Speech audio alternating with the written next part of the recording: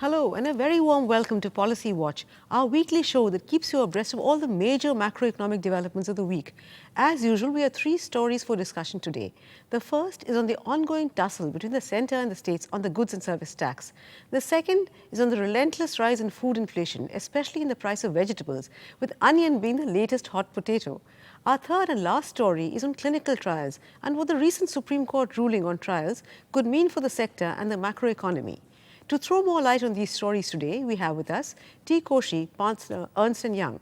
Welcome to the show, Koshy. Thank you. Well, goods and service tax, GST, like the VAT before that, the value-added tax before it, is expected to be a game changer. But despite that promise, progress has been painfully slow. Experts say the GST is likely to improve tax collection and boost India's economic development by breaking the tax barriers between states and giving India one common market through a uniform tax rate. But in yet another instance of the many slips between the cup and the lip, negotiations between the centre and the states to move to GST have hit a roadblock again. States are dead against the centre's proposal to include petroleum and alcohol under the ambit of the proposed reform. So what does this mean? Does it mean GST will have to wait for a new government? We'll ask Koshy, but first, this Bureau report. The centre and the states are once again deadlocked over the goods and services tax regime, indicating that the proposed bill on the subject may not be tabled in the winter session of Parliament. For the states, the striking points are the petroleum, alcohol and the entry tax. They don't want these to be included in the GST, for fear that it will reduce their revenue collections. The states have been insisting that local bodies should be allowed to collect entry tax, while they had given in principle approval to keeping petroleum out of the constitutional amendment bill. The Standing Committee on Finance had also recommended this, besides suggesting that the entry tax should be included in the GST. Now the centre will have to either agree to the demands of the state governments or convince them to back down. Giving in, however, would mean rejecting the recommendations of the parliamentary panel. The states, of course, stand to lose due a cut in central sales tax if they make GST on board. Finance Minister P. Chidambaram had promised to compensate them by 9,000 crore for their losses in such event. Some states are asking the centre to not to push the GST before general elections in 2014 and let the new government decide. About a dozen states gave their representation on the draft bill in the meeting on Monday. The rest will present their views on November 15th or 16th at the meeting in Meghalaya. The GST has already missed several deadlines due to differences in state-central relations. The centre wants to table the constitutional amendment bill in the winter session so that the industry gets a message that it is serious about doing away with the many centre-state indirect taxes in order to give a push to the economy. Bureau Report, Rajya Sabha TV. So Koshy, how big is this roadblock and why are states so particular about keeping petroleum and alcohol outside? See, the way I see it, there are two dimensions to it. Dimension number one is that petroleum and alcohol are two entities on which there is significant collection for each state. So essentially what state is saying is an extension of their original resistance. Say that their lever they have on deciding on who to pay, how much to pay, is going away. Okay. It means that they are unable to decide on the destiny of their total revenue collection. On the other side, the underlying question of a concept of a GST is that we want to make the life easy for the taxpayer when moving his goods from one place to another, make it easy for the trade and the industry to work with the compliance of tax in a uniform fashion all across, and splitting this money between the states. Now, the states are feeling that their flexibility in terms of deciding how much they get is affected. But and so wasn't this a problem in the case of VAT also? So how come states were willing to give up some amount of their flexibility, some amount of their autonomy in the case of VAT, but not in the case of GST? No, even here, I mean, even in the VAT time, we went through the whole issue. But only thing, at the VAT time, the flexibility was still with the state. And after significant amount of dialogues and debate with the people involved, they manage. Now we need to go through the same process. There was a certain amount of consensus was coming. So one of the way in which the consensus was brought was two items were kept outside. But the Yashwant Sinha, the Standing Committee chairman, said, let's try to make the life easy for the taxpayer on one side. He'll find a way to split it. So they have again used that as a mechanism about reiterating their objection, is that their lever is lost, their control is lost.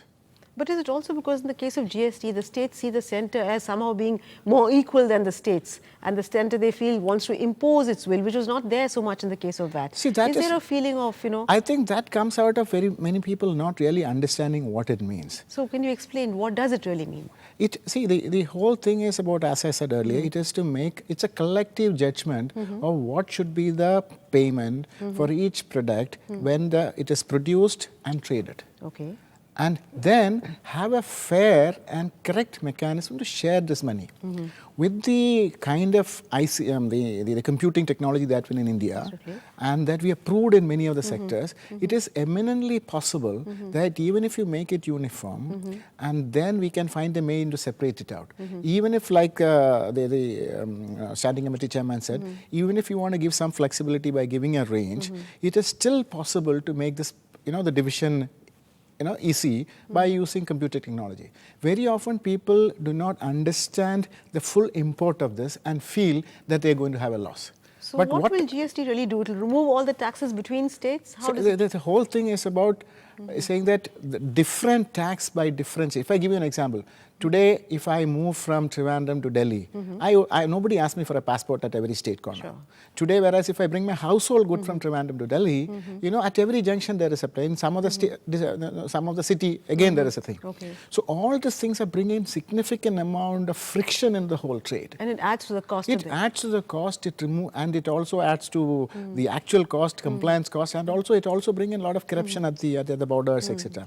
And a lot of wastage of even petrol, because the people have to stand in queue and the whole kind of thing. If you again take the example, Mythili, if you remember in the direct tax when they went into automation, there was a lot of concern. But what we actually see that with the automation, the direct tax collection grew by 35-40% per year for 3-4 years' time. So if we remove many of these things, what we are going to see is not reduction, it is going to be a significant increase. But there is a fear. It's a fear of change. So what we need is actual debate and discussion, and somebody taking effort to understand and then.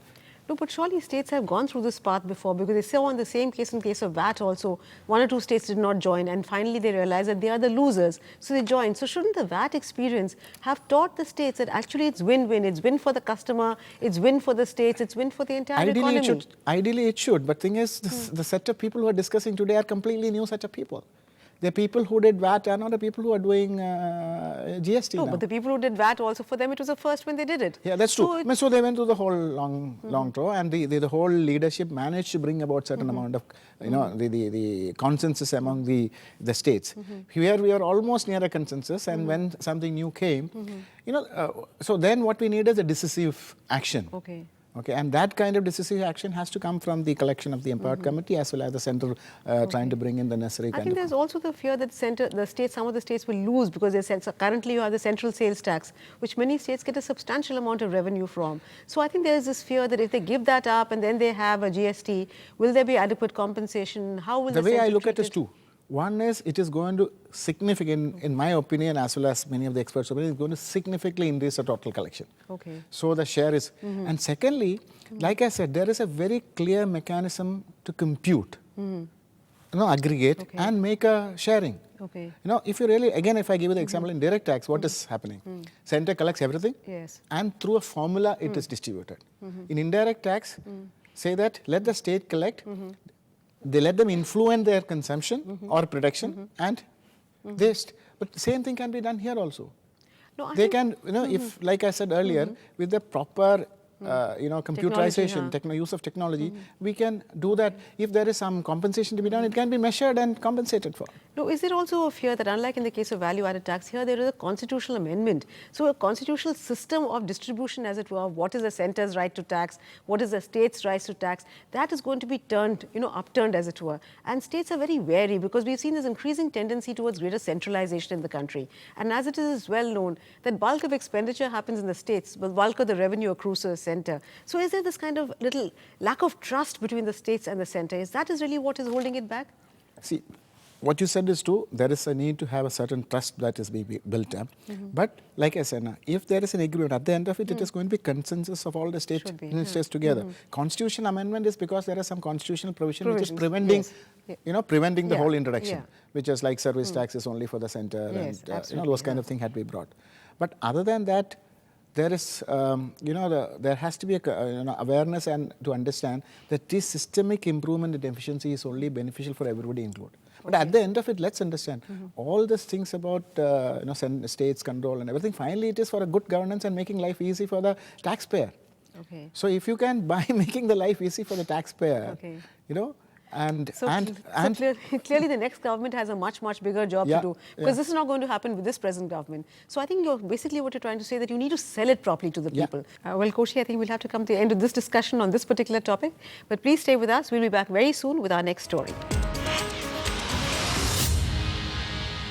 Welcome back. High and persistent food inflation, and within the broad category of food, periodic spikes in terms of specific food items seems to be the Indian narrative of recent times. Today it is onion that has gone out of the reach of all but the very rich. But most of us have forgotten that it was not very long ago that it was potato that had become unaffordable. Back in September 2009, when the wholesale price inflation was less than 1%, food inflation was close to 16%, and potato prices had actually risen by 81%. All the same reasons that we're hearing now, hoarding, unseasonal rains, were heard then also. But the government clearly has not learnt its lesson. Is it hoarding that's responsible? Who's doing the hoarding? And are farmers holding out in the hope of getting prices? Is organized retail answer? Let's hear the Bureau report. Should be under control. But for abundant caution, NAFED has already caught us for importing onions from other countries. A ray of hope on the onion price front. Food Minister K.V. Thomas is saying the tender on onion imports will be decided on Tuesday, after which overseas shipments are expected to bring down the retail prices that have quadrupled in 3 months to touch 100 rupees a kilo. नया जो प्याज है इसी crop का वो मंडियों में आना शुरू हो गया है। दिल्ली की मंडी में भी कल भी 1500 मीट्रिक टन प्याज अलवर से आया था। NAFED is not a profiting agency. जो भी सरकार नेफेड को आदेश देगी या भारत मिनिस्ट्री ऑफ एग्रीकल्चर आदेश देगी। Apart from the obvious reasons of erratic rains and hoarding, the real problem that the government has been unable to fix is the supply chain. A cartel of influential traders and middlemen is suspected to be playing a vital role in fixing the onion prices and supply. So this time also what has happened is, some places, not everywhere, some farmers have taken money from it. Either they keep the onions in their cold storage facility or even the field is. But this onion, now it is the Kharif onion cannot be kept for a long time because of the climate conditions. So I think that will come out now. My information is now coming to the market. Keeping an eye on the assembly elections, the Congress-led Delhi government is asking the Election Commission permission to sell onions at cheaper rates.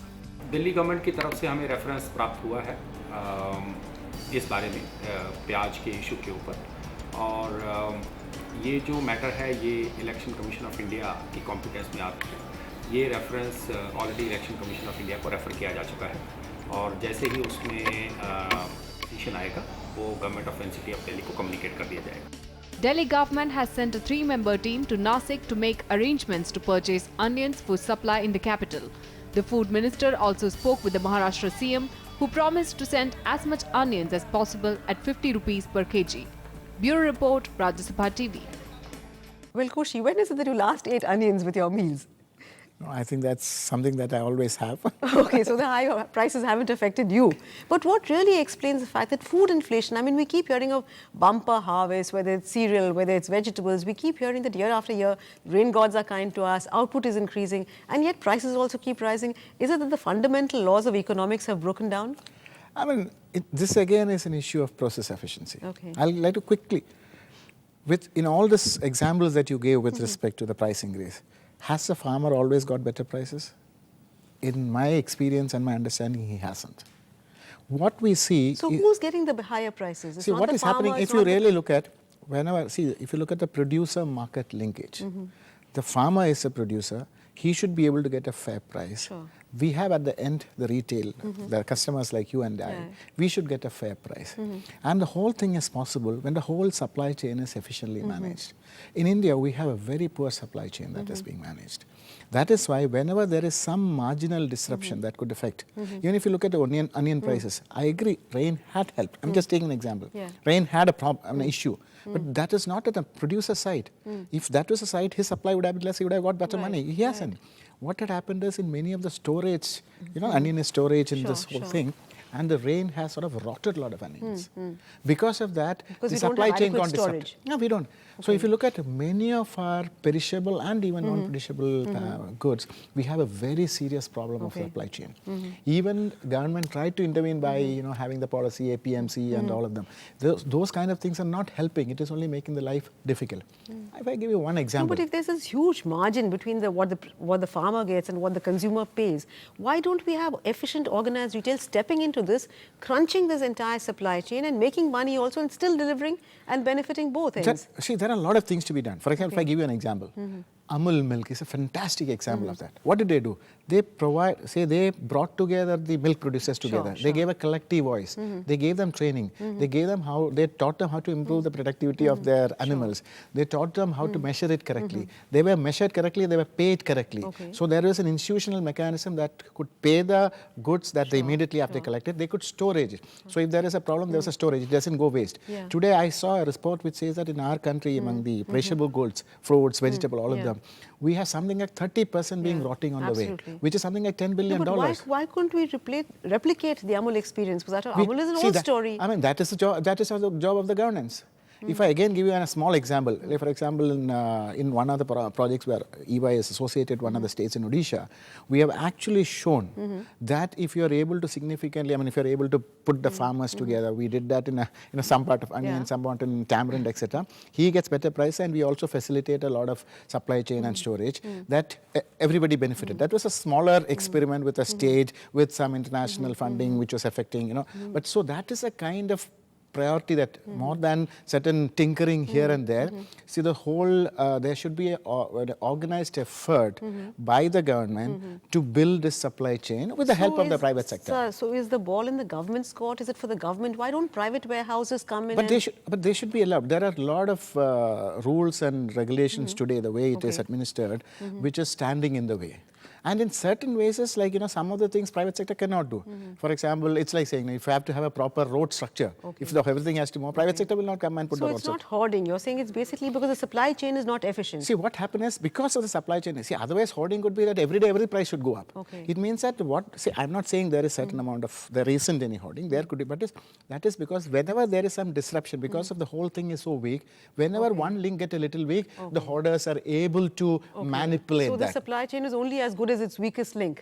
On that note, again, Koshy, I'll have to interrupt you, but we'll be back very soon with our third story, so please stay with us. Welcome back. There are few sectors that offer such win-win opportunities as the clinical trial sector. Presently, it's estimated at approximately $500 million. Our diverse genetic pool gives drugs manufacturers a unique opportunity to test the efficacy of our drugs across a wide gene pool. Lower costs make such trials more attractive business proposition, and the wealth of material collected in the process could enhance the chances of getting drugs that are more suited to Indians. On paper, therefore, both society and business could benefit and benefit hugely. So did the Supreme Court err by making it tougher for multinationals to test their patented medicines in India? We'll ask Koshy, but first, this Bureau Report.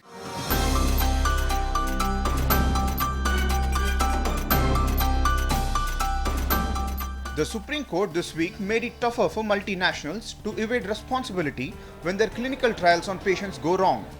While hearing complaints that MNC manufacturers were exploiting loopholes to make India a testing ground for new drugs, the court asked them to video record trials of 5 new drugs. The petitioners had expressed concern that the clinical trials conducted in India were being patented outside. The Drug Controller General granted 162 approvals until August 31st this year. 157 trials were cleared in 2012. They escaped a new 3-tier test that government put in place after a Supreme Court order in January. The government argued that since there was already a 3-tier scrutiny system, there was no need to halt the test on the drugs. The court, however, insisted that 5 trials be video recorded while keeping the patient's identity secret. It also ordered that the test of 157 drugs should also go through the scrutiny process since they were cleared before the system was put in place. The Supreme Court understood three vital parameters in evaluating the tests: whether it is worth the risk to the patients, whether it has enough innovation, and also if there is a medical need for it. This year, between January 1st and August 31st, only 5 trials were cleared under the new 3-tier test. Bureau Report, Rajya Sabha TV. Koshy, the Supreme Court judge actually described these clinical trials as a heaven for multinationals and hell for India.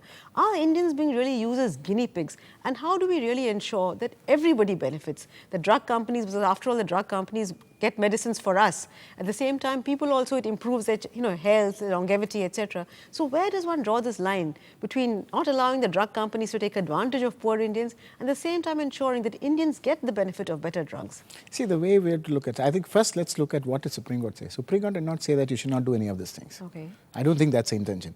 What it says, it has to be done in a transparent and clean fashion without exploiting any of the elements. Sure. So what he said is that we should have proper regulation in place. Today, if you look at that, is one of the weaknesses in our industry. Technically, the law is under revision. Yeah. We do not have a full-fledged, fully enabled regulator. Well, there DGCA is something there. Yes, and you But have if you essential look at, drugs, yeah, standards. but the thing is, if you really look at, they don't have neither administrative nor the functional autonomy. Because of that, they are unable to get the best talent to be there, because they are unable to put the right amount of resources to make the regulation and enforce the regulation. Because of that, there could be some, people could be doing not the right thing. No, and They might be exploiting some of this weakness to take advantage. So what the Supreme Court said, you guys put in place. Today, if I again look at, we had the same issue in the capital market. SEBI is there. SEBI's so if there is some problem in SEBI's action, it's SEBI's chairman who's accountable. He has a whole machinery and the freedom to go and decide what to do. The finance secretary is not asked. Okay. Today, so basically it's a question of regulation, but the problem is the people who enter the stock market are informed people. The people on whom you do clinical trials in a poor, illiterate country are quite different. Mythili, two-part. If we had a discussion on capital market, I don't think you would have said that, because we have a large retail population going into it. That is true. Okay, That is I'm true. saying, I just gave an example. Yeah. But in each of this industry, we need to have the right kind of safety mechanism in place. So safety mechanism really are the answer. But on that note, I think I really will have to interrupt you, Koshy, on a very interesting discussion. Thank you so much for being with us. But before we come to the end of this program, a quick look at the key takeaways. As far as GST is concerned, Koshy is very emphatic that it is going to be win-win, provided the centre and the states get together and see that it's in the best interest of all concerned. As far as onion prices are concerned, once again, it's a question of the supply chain, of logistics, and if we really work on that and improve it, there's no reason why both consumers as well as the farmer could not benefit. As far as clinical trials are concerned, Koshy is a great believer in systems, procedures, and as long as we have the right systems and procedures in this place, both the patient as well as drug companies and of course the economy too will benefit. And with that, we come to this end of this program. It's been great having you. Thank you so much, but we'll be back next week, same time. So please be with us. Thank you from RSTV.